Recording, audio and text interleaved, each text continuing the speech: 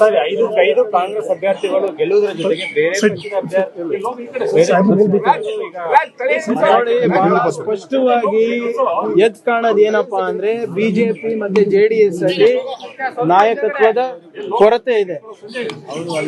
BJP ಅವರಿಗೆ ಮತ್ತೆ JDS ಅವರಿಗೆ ಅವರ ನಾಯಕತ್ವದಲ್ಲಿ ನಂಬಿಕೆ ಇಲ್ಲ. ಇವತ್ತು ನಮ್ಮ ಜನಪರ ಯೋಜನೆಗಳನ್ನ ನೋಡಿ, ಗ್ಯಾರಂಟಿ ಯೋಜನೆಗಳನ್ನ ನೋಡಿ, ಯಾವ ರೀತಿ ಒಂದು ಕುಟುಂಬಕ್ಕೆ ಒಂದು ಆರ್ಥಿಕ ಸ್ಥಿರತೆ ಮತ್ತು ಒಂದು ಸ್ವಾಭಿಮಾನದ ಬದುಕನ್ನ ಕೊಡ್ತಾ ಇರೋದನ್ನ ನೋಡಿ ಇವತ್ತು ಕೆಲವು ಶಾಸಕರು ಆತ್ಮಸಾಕ್ಷಿಯ ಮತಗಳನ್ನ ನೀಡಿದ್ದಾರೆ. ಇದು ನಮ್ಗೆ ಕೇಳೋದಕ್ಕಿಂತ ಹೆಚ್ಚಾಗಿ ಬಿಜೆಪಿ ಮತ್ತೆ ಜೆಡಿಎಸ್ ಅವರಿಗೆ ಕೇಳಬೇಕು. ಯಾವ ಪಕ್ಷಗಳು ನಮ್ಮ ಬಗ್ಗೆ ದಿನ ಟೀಕೆ ಮಾಡ್ತಾ ಇದ್ರು, ಇವತ್ತು 11 ಮತಗಳು ನಮಗ್ ಬಿದ್ದಿದೆ ಅಂದ್ರೆ ಇದಕ್ಕೆ ಉತ್ತರ ನಾವು ಕೊಡ್ಬೇಕಾ, ಅವ್ರು ಕೊಡ್ಬೇಕಾ? ಬಹಳ ಸ್ಪಷ್ಟವಾಗಿ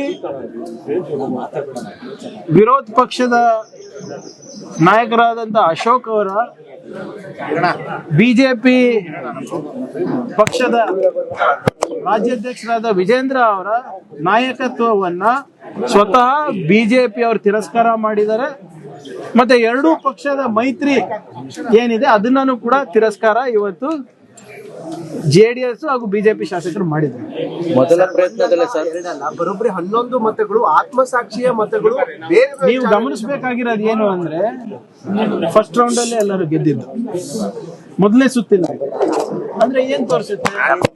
it is an outright rejection of the leadership of mister Ashok, mister Vijayendra and mister Kumaraswamy. Karnataka counter ಆಯ್ತು ಅಂದ್ರೆ ಬಿಜೆಪಿ ಬೇರೆ ಬೇರೆ ರಾಜ್ಯಗಳಲ್ಲಿ ಹಿಂಗೆ ಬೇರೆ ಪಕ್ಷದ ಶಾಸಕರು ಇರ್ಬೋದು, ಬೇರೆ ಬೇರೆಯವ್ರನ್ನ ಸೆಳೀತಾ ಇದ್ದು. ಈ ಕರ್ನಾಟಕದಲ್ಲಿ ನೋಡಿ, ನಾವು ಯಾರಿಗೂ ಸೆಳೆದಿಲ್ಲ, ಏನಿಲ್ಲ.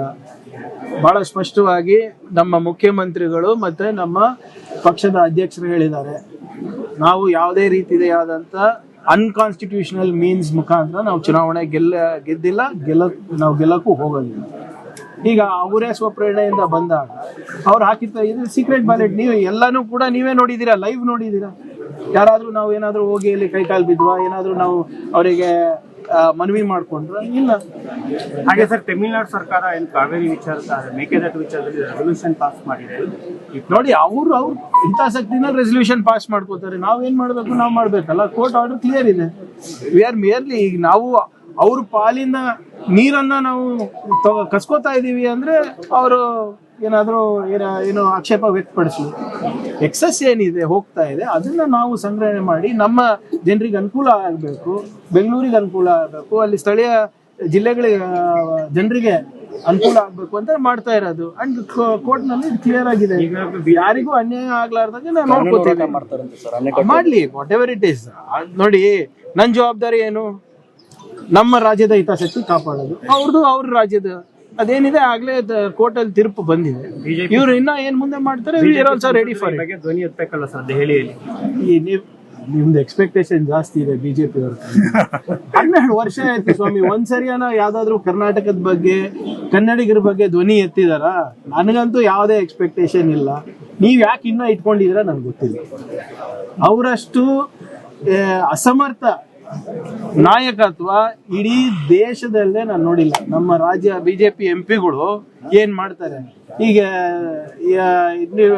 ನಿಮ್ಮ BMRC ಎಲ್ರು ದರ ಏರಿಕೆ ಆದಾಗ ಯಾವ ರೀತಿ ಬಂದು ಪ್ರತಿಭಟನೆ ಮಾಡ್ತಾರೆ, ಬಾಲೇಶ ತರ ಹೇಳಿಕೆ ಕೊಡ್ತಾರೆ.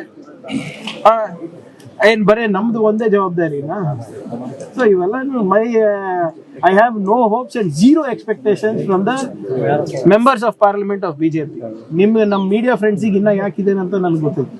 ಸರ್, ಕಲಬುರಗಿಲಿ ಕಾನ್ಸ್ಟೇಬಲ್ ಮತ್ತೆ PSI ಅಕ್ಕಿ ವಿಚಾರದಲ್ಲಿ ಲಂಚ ತಗೊಳ್ಬೇಕಾದ್ರೆ ಲೋಕಾಯುಕ್ತಕ್ಕೆ ನೋಡಿ, ಇವ್ರೆ ಎಲ್ಲಾ ಇಲಾಖೆನಲ್ಲಿ ಹಲವಾರು ವ್ಯವಸ್ಥೆಗಳಲ್ಲಿ ಇಂಥವು ಇದ್ದೇ ಇರ್ತಾರೆ ಒಂದೆರಡು.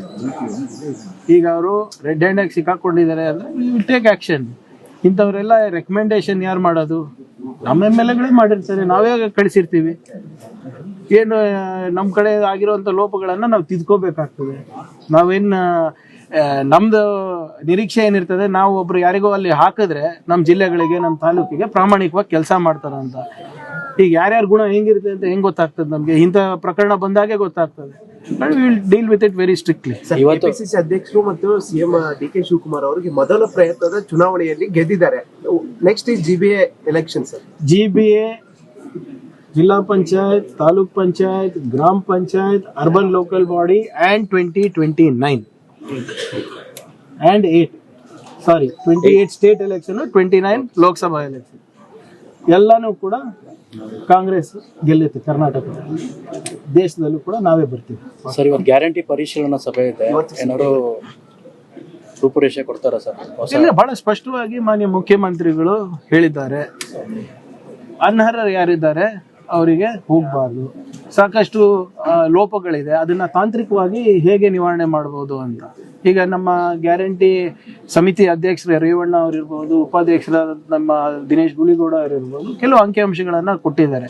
ಈಗ ನೀವೇ ಹೇಳಿ, ಸರ್ಕಾರದ ಬೊಕ್ಕಸೆಗೆ ಏನ್ ನಷ್ಟ ಆಗ್ತಾ ಇದೆ ಅದು ತಡೆಯೋದು ನಮ್ಮ ಆದ್ಯ ಕರ್ತವ್ಯ ಅಲ್ಲ. ಈಗ ಯಾರಿಗೆ ಸಿಗ್ತಾ ಇಲ್ಲ ಅವರಿಗೆ ಕೊಡಿಸ್ಬೇಕು, ಯಾರು ಅನರ್ಹರಿಗೆ ಅವ್ರಿಗೆ ತೆಗಿಬೇಕು. ಈ ಮೃತಪಟ್ಟವರಿಗೂ ಹೋಗ್ತಾ ಇದೆ. ಈಗ ನಾವು ಮೆಕ್ಯಾನಿಸಮ್ನ ಇವಾಲ್ವ್ ಮಾಡಬೇಕಲ್ಲ ತಾಂತ್ರಿಕವಾಗಿ. 2 ತಿಂಗಳಿಗೋ 3 ತಿಂಗಳಿಗೋ ನಾವು ಅಲ್ಲಿ PDO ಮುಖಾಂತರ, ವಿಲೇಜ್ ಅಕೌಂಟೆಂಟ್ ಮುಖಾಂತರ ಅಥವಾ ತಹಸೀಲ್ದಾರ್ ಮುಖಾಂತರ ಇಷ್ಟು ಜನ ತೀರೋಗಿದ್ದಾರೆ, ಇವರ ಆದರೂ ಕೂಡ ಇವ್ರ ಬ್ಯಾಂಕ್ ಅಕೌಂಟಿಗೆ ಜಮೆ ಆಗ್ತಾ ಇದೆ ಅಂತ ನಾವು ಒಂದು ಮೆಕ್ಯಾನಿಸಮ್ ಡೆವಲಪ್ ಮಾಡಬೇಕಲ್ಲ. ಸೊ ಅದ್ರ ಬಗ್ಗೆ ಚರ್ಚೆ ನಡೀತಾ ಇದೆ. ಮತ್ತು ಇನ್ನೂ ಹೆಚ್ಚು ರೀತಿಯಿಂದ ಹೇಗೆ ನಾವು ನಮ್ಮ ಸರ್ಕಾರದ ಏನು ಸಿಟಿಸನ್ ಸರ್ವಿಸಸ್ ಡೆಲಿವರಿ ಸಿಸ್ಟಮ್ ಇದೆ ಅದನ್ನ ಚುರುಕುಗೊಳಿಸಬೇಕು ಅಂತ ಮುಖ್ಯಮಂತ್ರಿಗಳು ಎಲ್ಲರಿಗೂ ಕರೆದಿದ್ದಾರೆ. ಈ ಗವರ್ನೆನ್ಸ್ಗೂ ಕರೆದಿದ್ದಾರೆ ಅದಕ್ಕೆ. So we will evolve A mechanism in the next 1 or 2 months.